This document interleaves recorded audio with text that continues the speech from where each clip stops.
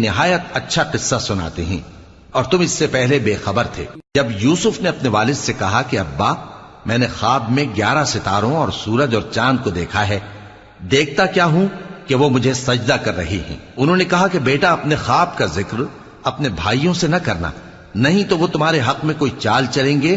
کچھ شک نہیں کہ شیطان انسان کا کھلا دشمن ہے، اور اسی طرح اللہ تمہیں برگزیدہ و ممتاز کرے گا اور خواب کی باتوں کی تعبیر کا علم سکھائے گا، اور جس طرح اس نے اپنی نعمت پہلے تمہارے دادا پر دادا ابراہیم اور اسحاق پر پوری کی تھی، اسی طرح تم پر اور اولاد یعقوب پر پوری کرے گا۔ بے شک تمہارا پروردگار سب کچھ جاننے والا ہے، حکمت والا ہے۔ ہاں، یوسف اور ان کے بھائیوں کے قصے میں پوچھنے والوں کے لیے بہت سی نشانیاں ہیں۔ جب انہوں نے آپس میں تذکرہ کیا کہ یوسف اور اس کا بھائی ابا کو ہم سے زیادہ پیارے ہیں، حالانکہ ہم جماعت کی جماعت